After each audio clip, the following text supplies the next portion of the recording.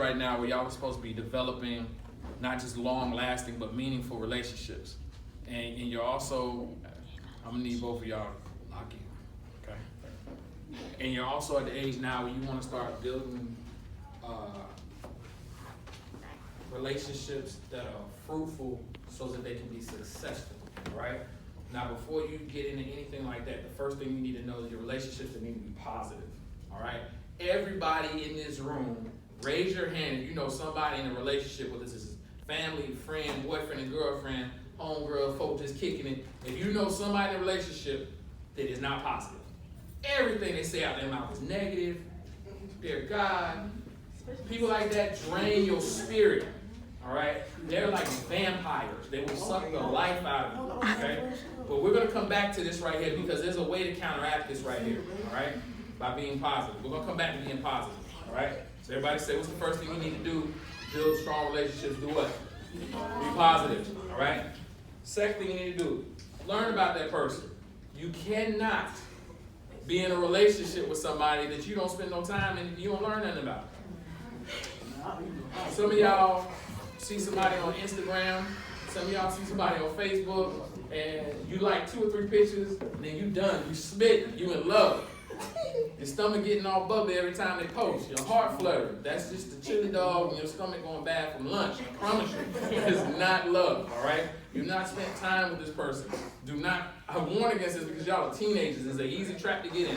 And a lot of stuff y'all are doing is social media driven, all right? You want to put yourself in a position where you're actually actively learning about somebody, okay? You can't serve well those you don't know well. Relationships about service. Everybody say service. Service. If you're not willing to serve somebody, if you know you don't even like them like that, don't be in a relationship with them. No, actually, love is the foundation. No, that's real. Service is about love. Hear me now. That's all I say. If you say you love somebody, you have automatically committed yourself to service. And he's absolutely right.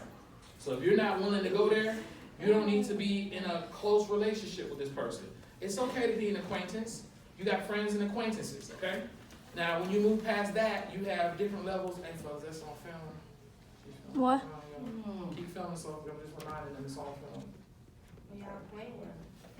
So, all right, so now there's 3 different levels of love. We need to get to this real quick. I'm glad he put that out there because I was going to get to it anyway. You have eros, agape, and phileo.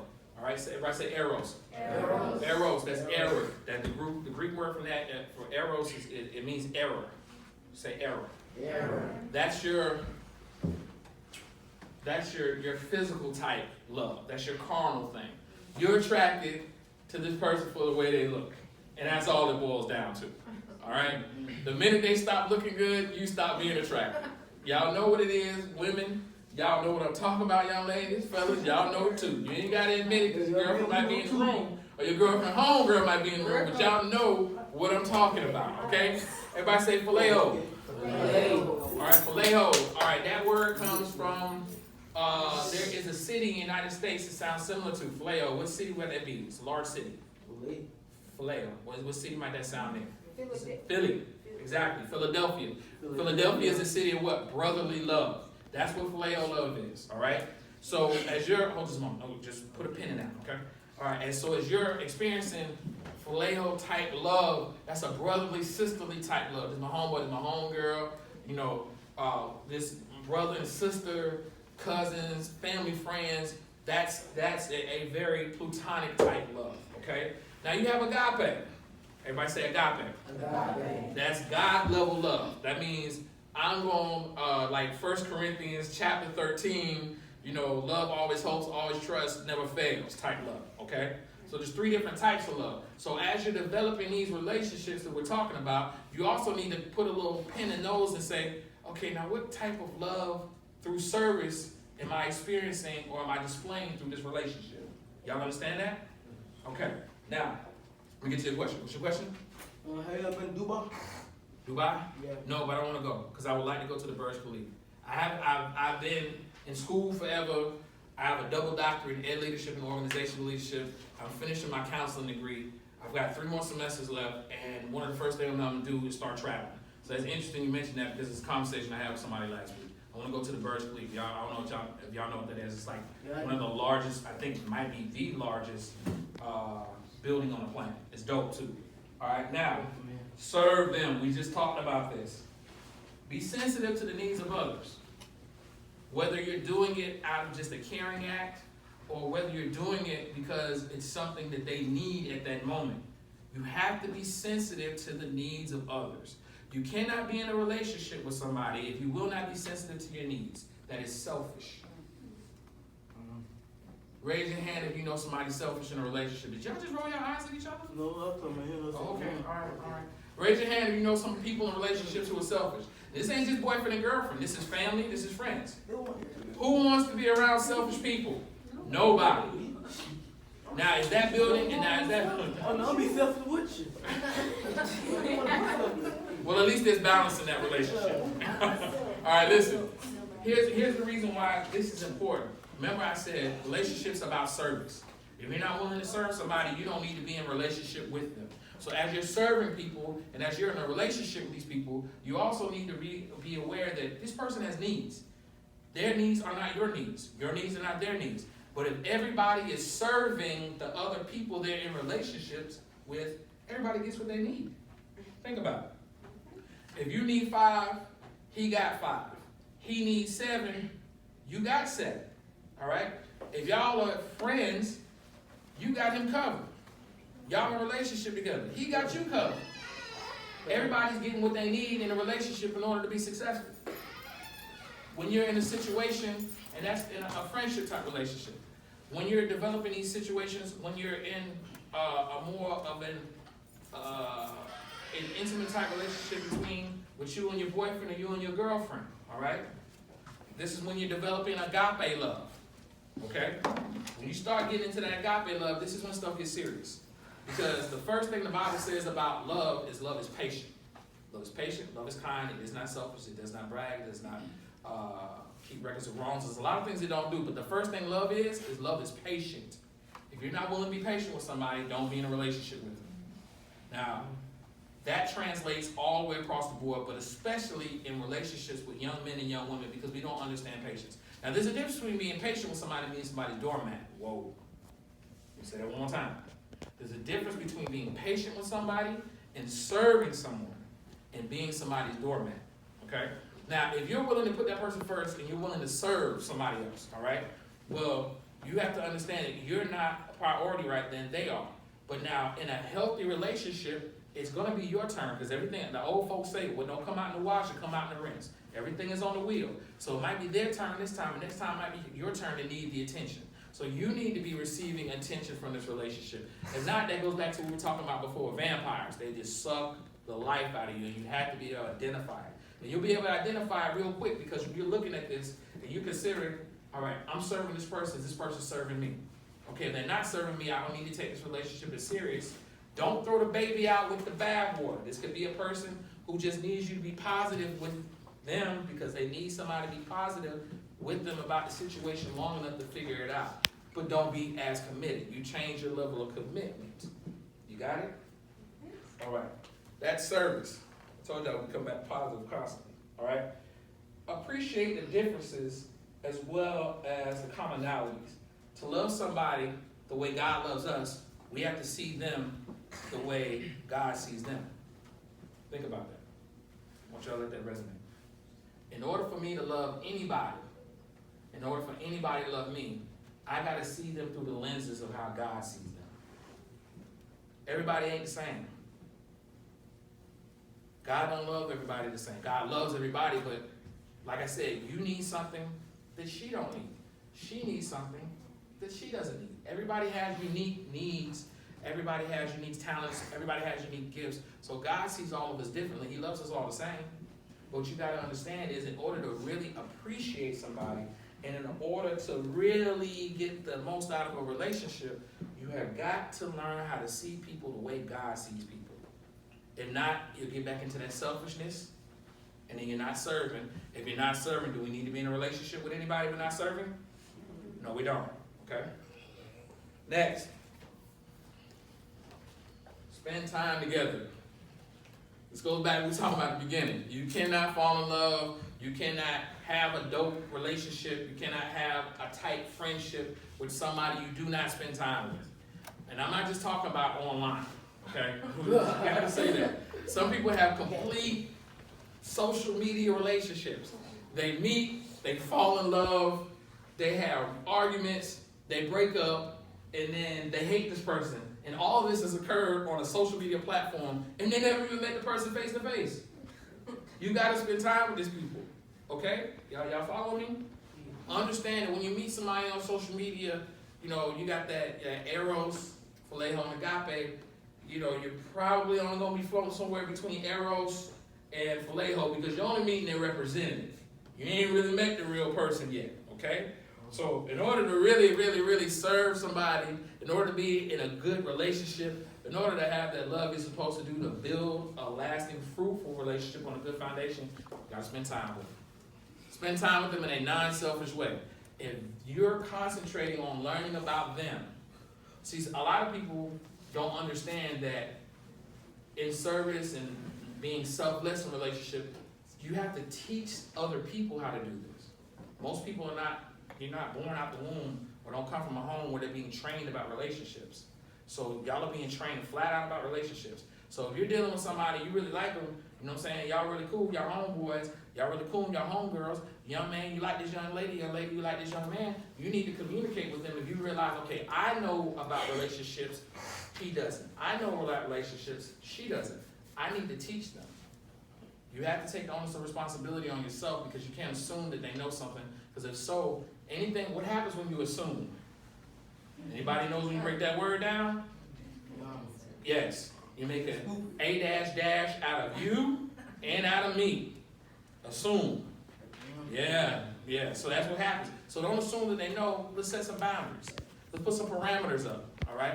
Let's say, hey, look, this is how relationships work. I'm so focused on you that I'm learning everything about you. I'm spending time with you. I'm investing in you. I'm learning to embrace your commonalities, how we're the same and how we're different. I need you to learn how to do the same thing for me so that I get the same kind of attention and investment from you that I'm providing you. Does everybody understand how this works? Everything in life is seed, time, and harvest. When you start developing relationships, it's all about seed, time, and harvest. It's Genesis 8:22, as long as the earth remains, day and night, hot and cold, summer and winter, seed, time, and harvest shall not cease. Okay? What that means is you plant a seed, all right? Whether it's word, whether it's deed, whether it's kindness, whether it's a listening ear, whether it's a helping hand, all right? You plant a seed, and then you water it by being consistent. And in due time, you get your harvest because you'll see that seed that you sowed showing up in that person's life, and then as it shows up in their life, it'll show up in your life. Because when you see it showing up in their life, that means they're practicing it now because you showed them how to do it. Now they get to use it with you. So now you get your return on your investment. Are y'all following that?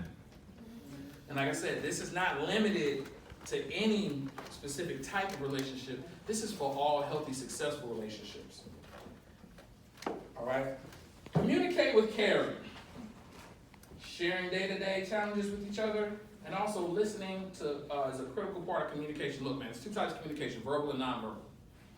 I know who's locked into me right now without nobody saying a word because your body language is telling me everything I need to know. I think that's called nonverbal communication. Everybody say nonverbal? Nonverbal communication. I think nonverbal communication is something like 70 or 80, maybe even 90% of the information that you're providing people is by what you're not saying. It's by what you're doing. And what you're doing and how you're doing it is telling a very clear message, is communicating something, okay? Now, at the same time, also what you're saying, listening. Can you get to know anybody without listening to them? Yeah. Even if you fall in love on one of them Instagram or Facebook relationships, you still you might not be hearing them with your ears, but you're hearing them with your eyes and your mind, right? So you're still listening. It's a level of attentiveness. It's called active listening. You really need to pay attention, be able to quote facts back. I let people know you're interested in what they have going on, that you actually really care enough. It don't cost you nothing to pay somebody some mind. Are y'all following me? It costs you nothing to pay mind to somebody. But the dividends in the long run will get you to places that you never dreamed of because now you're developing a relationship because it shows them that you really care. See, people don't care how much you know till they know how much you care. Y'all following that?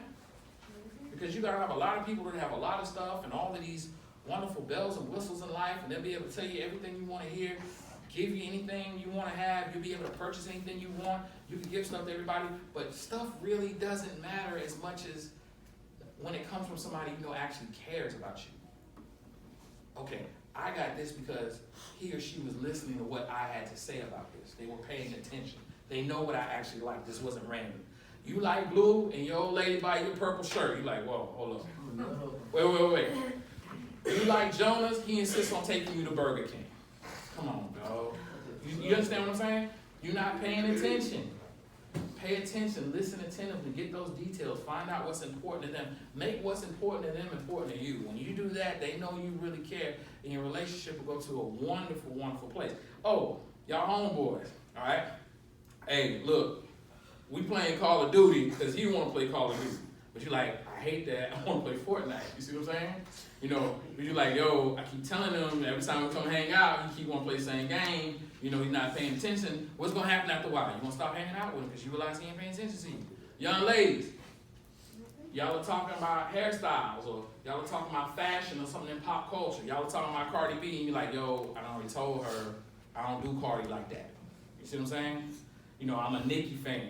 Well, while you sharing that with her, if she keeps talking about Cardi, that begins to rub you, you know what I'm talking about too, that begins to rub you the wrong way, doesn't it? Because you're like, she's not listening to me. She don't pay attention to nothing I say.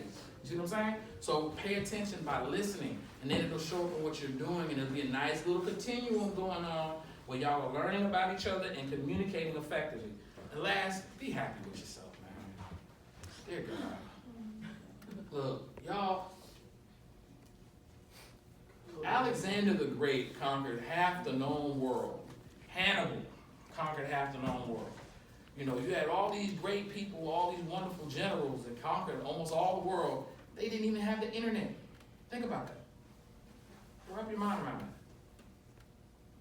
These people, you got, you know, Mansa Musa, richest man that ever walked the face of the planet.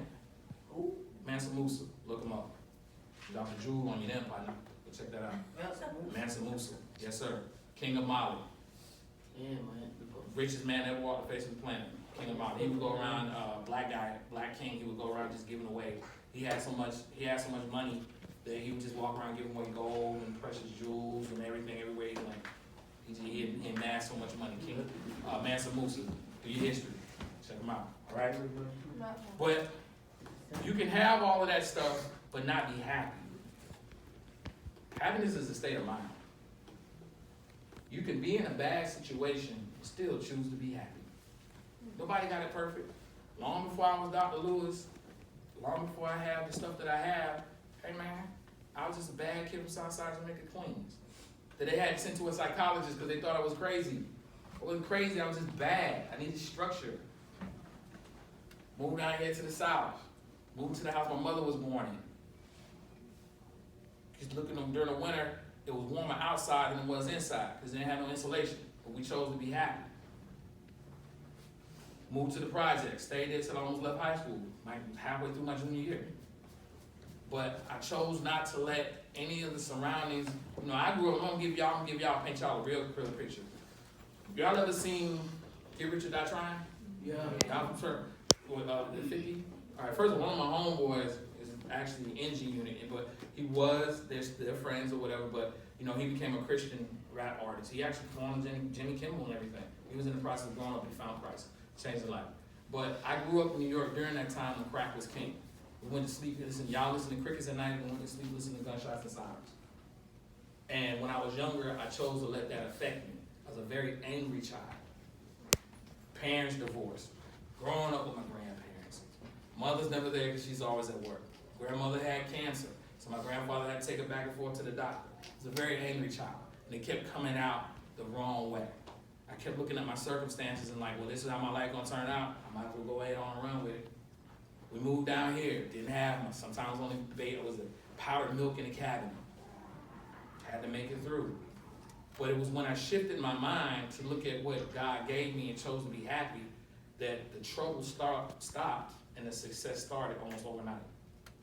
Your focus determines your feelings.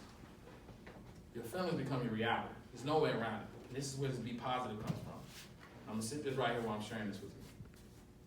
It's a continuum, and it even goes back to the Bible. You'll hear about it. There's a movie called The Secret.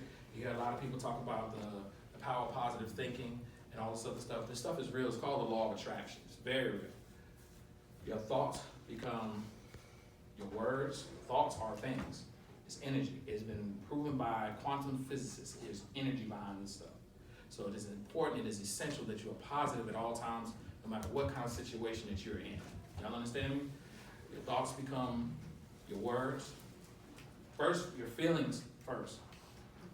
The way you're thinking about something, eventually you're going to start feeling it. You feel it long enough, then you're going to start saying it.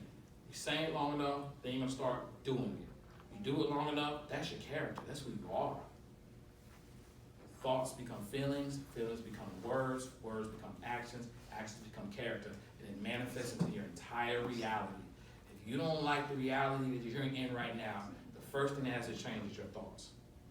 You have to be positive. Same thing with your relationships. You have to be positive first. Have positive thoughts about your relationships. The energy will change in your relationship because soon your words will change. Your feelings will change, your actions will change. What will end up happening is you'll begin to surround yourself, or the right people will come surround themselves with you because you're putting the right kind of energy out here.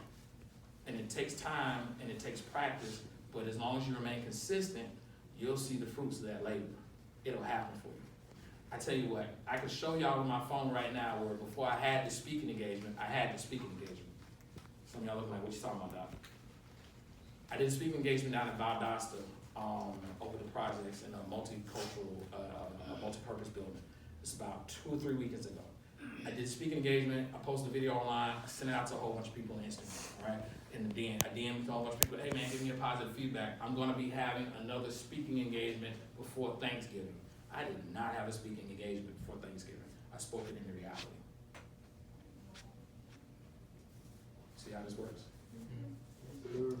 Serious. I did not have anything. Only thing on the schedule for me to do today was watch the Alabama game, watch the Georgia-Auburn game. Facts. That's all I was planning on doing today. So, but I'm focused on developing my brand, expanding my career into a different avenue. So I had to think something different. And once I felt it and said it and put it out there on Monday, this was 2 weeks ago I made that statement. I can show y'all in the DM where I told people 2 weeks ago that I was gonna have another speaking engagement before Thanksgiving, right?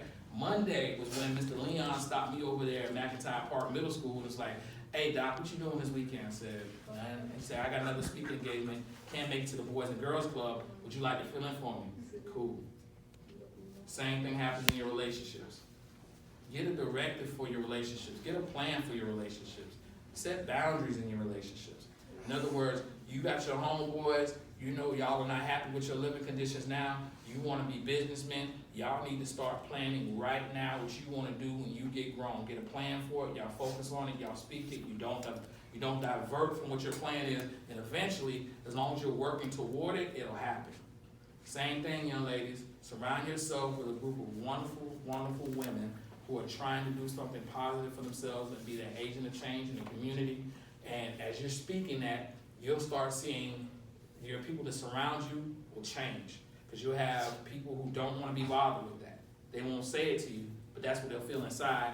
Their nonverbal communication will communicate that with you because they'll separate because you're talking about something different. You have a different trajectory in life. Your head is someplace different. And so you'll begin to attract people to make up for the people that you lost. In your boyfriend-girlfriend relationships, and as you get older, my man, my lady, my husband, my wife, and those relationships right there, people can feel energy. They can feel your thoughts. So when you're negative, whether you're there or not, they can feel this stuff, man. And the closer y'all are, the more they can feel it. I mean, and I'm not saying the closer you are physically. This person can be miles away, and they can know something is wrong when you get close enough to them, when y'all are tied enough, all right? When y'all spirits are tied close enough. So what you want to do is you want to make sure you're as positive as possible. Young brothers, get a vision for your life, man. That way when you run, he who finds a wife finds a good thing, takes favor of the Lord. Get a vision for your life. That way when a young lady runs into you, when you find a young lady that you want to make a wife, that she's prepared for something like that, you got a plan. You got a plan. You know where you're going. Young ladies, prepare yourself for stuff like that. It's a two-way street. Be positive about it. So if he's positive, he wants to be a husband, she's positive she wants to be a wife, eventually them paths gonna cross. Because they're doing certain things that are putting them in certain spaces. If he wants to be a good, faithful man, is he gonna be in the club? No. No. If she wants to be a loving, kind, nurturing woman, is she on the phone all the time spreading gossip in rooms? Nah, she's someplace being productive. You see what I'm saying? Eventually, paths will cross. Y'all got it? All right, I just want to share that with y'all, man. I don't know how much time we got left. You cut it here. You stop.